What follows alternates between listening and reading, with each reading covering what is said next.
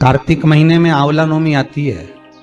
आंवला नवमी का पूजन आपको करना आता है। व्रत करने वाली माताएं व्रत करती है, आंवले के पेड़ के नीचे जाकर पूजन करना, भोजन करना, आंवले का वृक्ष की छाया में बैठना, उस दिन किसी को अपशब्द ना कहना, आंवले की पूजन कर कर अपनी झोली को पसार कर चीटी उंगली और अंगूठे से आंवले की छाल को थोड़ा सा पल्लू में गिरा लेना, उस छाल को ले जाकर अपनी बरकत में, अपनी अलमारी में, अपनी तिजोरी में रख देना। ये आंवला नवमी की पूजन का विधान है। संपदा की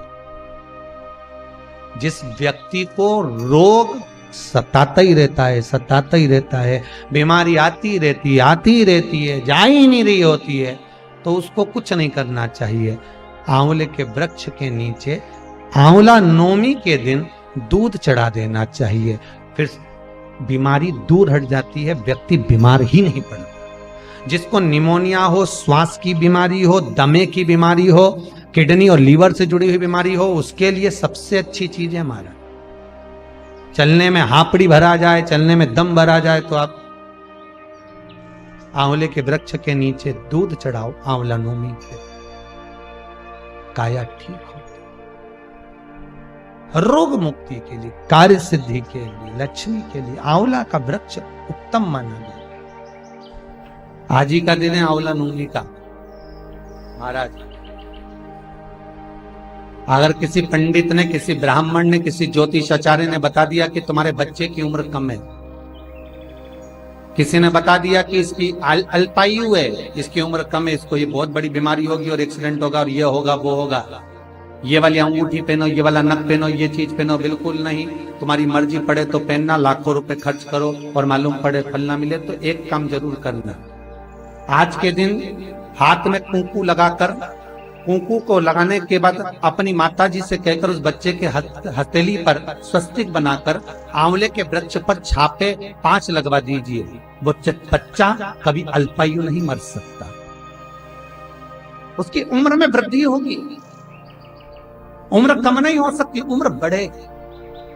सौभाग्यवती माताएं आज आंवले के पेड़ के नीचे पूजन क्यों करती है? सौभाग्यवती माताएं आज आंवले के पेड़ के नीचे फल का दान क्यों करती है? सौभाग्यवती माताएं आज ब्राह्मण को भोजन आंवले के वृक्ष के नीचे क्यों कराती है? सौभाग्यवती माताएं आज आंवले के पेड़ के नीचे बैठकर भोजन क्यों करती है? अखंड सौभाग्यता के लिए कि आज मैंने अगर एक बिंदी भी दी है, अगर आज मैंने मेहंदी भी दी है, आज मैंने जरा सा कुंकू का भी दान आंवले के वृक्ष के नीचे करा है, तो उसका फल मुझे हजारों गुना मिलना चाहिए। मेरा सौभाग्य अमर होना चाहिए, अजर होना चाहिए। आज भी हमारी विष्णु पुराण, आज भी हमारी स्कंद पुराण, आज भी हमारी पद्म पुराण, भागवत पुराण आज भी कहती है कि आंवला नवमी का किया गया पुण्य, आंवला नवमी का किया गया दान, आंवला नवमी के दिन किया गया सत्कर्म खाली नहीं जाता। अर्थात जैसे जरा सा जल का सींचन करने पर वृक्ष फलीभूत हो जाता है, उसमें ढेरों फल लग जाते हैं, उसी तरह हमारा किया गया दान, पुण्य, सत्कर्म, अगर हमने 1 रुपए का भी दान दिया, गौ माता के निमित्तार्थ, मंदिर के निमित्तार्थ, वृद्धाश्रम के निमित्तार्थ, भोजन के निमित्तार्थ, हमने कुछ भी लगाया है, आपने गाय को भी रोटी दी है, आपने किसी ब्राह्मण को भोजन कराया है, आपने आज आंवले का दान करा है, किसी सौभाग्यवती नारी को एक फल तक दिया है, तो वो तुम्हें मिलेगा, 1000 गुना होकर मिलेगा। आज ही का दिन है महाराज, अक्षय नवमी। विष्णु पुराण कहती है, स्कंद पुराण कहती है, मान लो कोई आंवले का पेड़ आपने लगाया, बहुत बड़ा हो गया, उसमें फल नहीं लग रहा है, वो फलित नहीं हो रहा, बहुत बड़ा हो गया, उसमें एक फल नहीं लगा, तो किसी पवित्र नदी का, गंगा, यमुना, सरयू, नर्मदा, क्षिप्रा, मंदाकिनी, गोदावरी, किसी पवित्र नदी का जल आपके पास में हो, तो आज आंवला नवमी के दिन जो फल नहीं रहा हो, वृक्ष जिसके अंदर आंवले ना लगते हो, आंवले का वृक्ष बहुत बड़ा हो गया, फलित नहीं हो रहा, आज ही के दिन एक कटोरी में जल लेकर नारायण नारायण और शिव का स्मरण कर कर उस पेड़ के नीचे डाल दिया जाता है, तो वो पेड़ जो है, वृक्ष जो है, वो फलने लगता है, उसमें फल लगना चाहिए।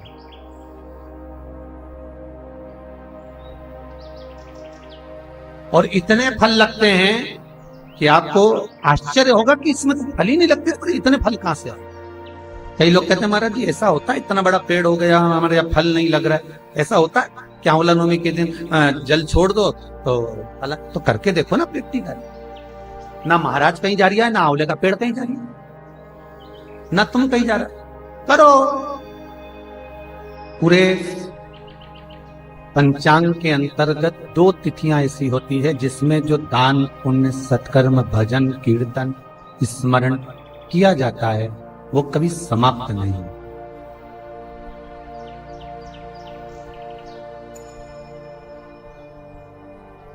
एक है अक्षय तृतीया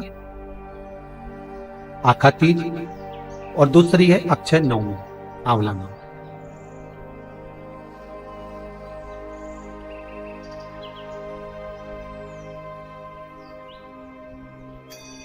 ये 2 तिथि ऐसी हैं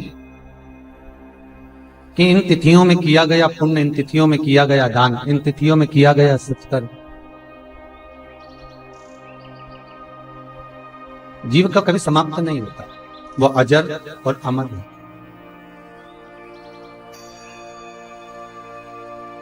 कथा में पहले भी कहा कार्तिक मातम में कि आज ही के दिन भगवान नारायण आंवले के वृक्ष के ऊपर नयन बंद कर कर बैठते हैं और 33 कोटि देवता उनको जगाने के लिए, 33 कोटि देवता उनको रिझाने के लिए सामने आकर निवेदन करते, विनती करते।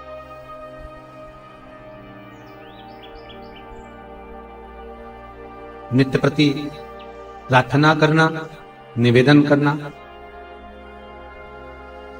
कार्तिक का एक महीना ऐसा है जिसके अंतर्गत ब्रह्म मुहूर्त में सूर्य की किरणें प्रकाशित हो उससे पहले कार्तिक का स्नान हो जाता है।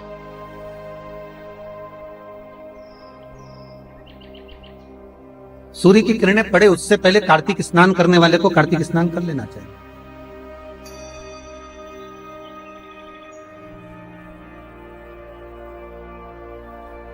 कार्तिक महत्तम की कथा में आपने पढ़ा होगा कि सूर्य के प्रकाश के पहले स्नान की महत्वता क्यों कही ब्रह्म मुहूर्त के अंतर।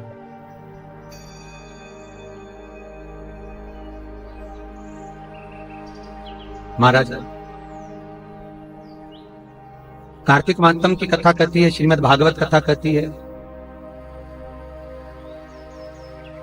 कि 33 कोटि देवता ब्रह्मा जी के साथ में भगवान नारायण के पास में आंवले के, क्योंकि क्षीर सागर भगवान शयन कर रहे हैं, देवता वहां नहीं पहुंचे क्योंकि कह कर गए मैं विश्राम कर रहा हूं। सारा कार्यभार भगवान को देकर शंकर भगवान के हाथों में सौंप कर भगवान नारायण तो भगवत आनंद में सुख पाने के लिए विश्राम करने चले। भगवान विष्णु ने जो पृथ्वी का कार्यभार शंकर भगवान को सौंपा तो शंकर भगवान ने वो कार्यभार माता पार्वती को दे दिया कि तू संभाल सक, तू अन्नपूर्णा है, तू मां है, किसको क्या चाहिए पिता एक बार नहीं जान सकता पर मां जान जाती है। तथा एक मन का भाव होता है कि किसको क्या चाहिए, तो चिंता ना कर, मेरे शिव ने पार्वती को दिया। चिंता बढ़ी हुई है ब्रह्मा जी की, चिंता बढ़ी हुई है इंद्रदेव की। आंवले के वृक्ष पर आंवला नवमी के ब्रह्म मुहूर्त में सूर्य प्रकाशित हो उससे पहले क्षीर सागर से निकलकर भगवान नारायण तुरंत आंवले के वृक्ष पर आकर विराजमान।